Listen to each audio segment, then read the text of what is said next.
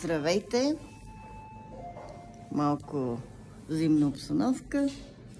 Повече облеклото е зимно, отколкото обстановката. Много от вас пеят песента на Крис Риър.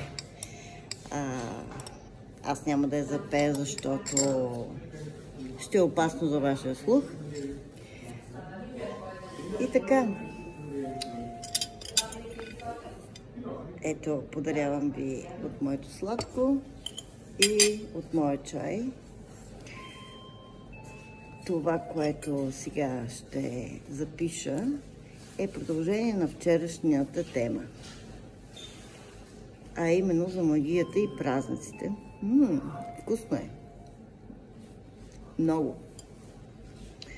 Защо е важна магията и празниците? Защото магията на празниците е нещо, което не активира във всяка една насока. И тази активация ни помага много по-лесно да преодоляваме трудностите.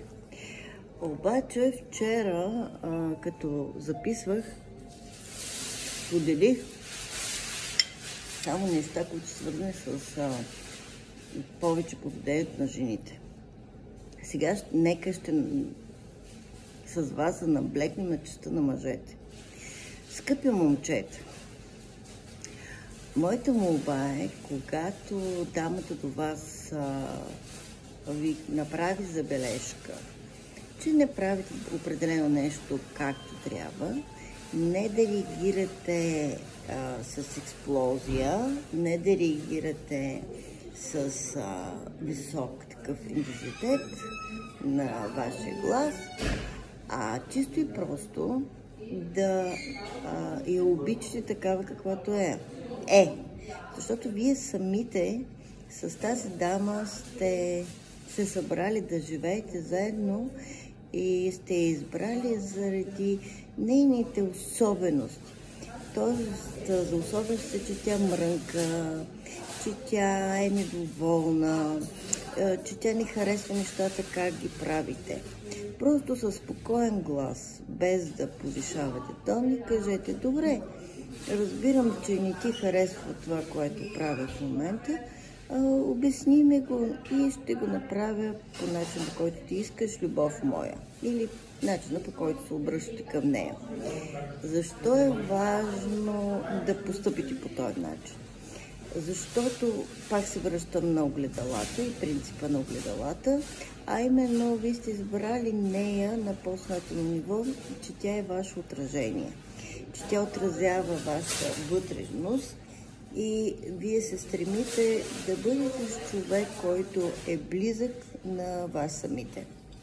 Една хапка. Вкусно.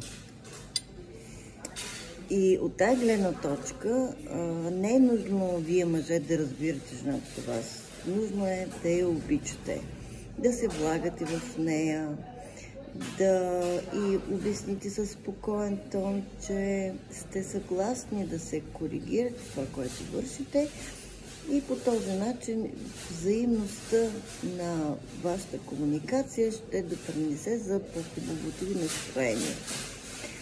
Да, когато човек има неотработени страхове от своето действо, когато човек има травми от своето действо, той несъмнено е подвластен на мозъка си, а както казахме вече, мозъкът е най-големият ни враг, просто трябва да го изключва. Тоест, ако дойде мисълта: аз като бях като дете, така се отнася с мен сестра ми, майка ми, баба ми, или там дядо ми, баща ми, не съм съгласен такова отношение да има към мен. Просто обяснете със спокоен тон. Или, ако сещате по-голямо напрежение, хванете, завъртете и станцувайте танц. Защото празникът реално не е в това какво ще си хапнем, какво ще си пием. Празникът е възможността, в която да покажем, ако сте момче, ти момче, да покажеш колко обичаш своята половинка, как се влагаш в нея и как приемаш всичките нейни особености на мрънкане, врънкане, и на всичко, което е между вас двамата. И така, за магията на празниците и разделите. Или по-точно, каква магия да направим, за да не се разделим по време на празниците. Втора част. Обичам ви, момичета и момчета, и за сега весели празници!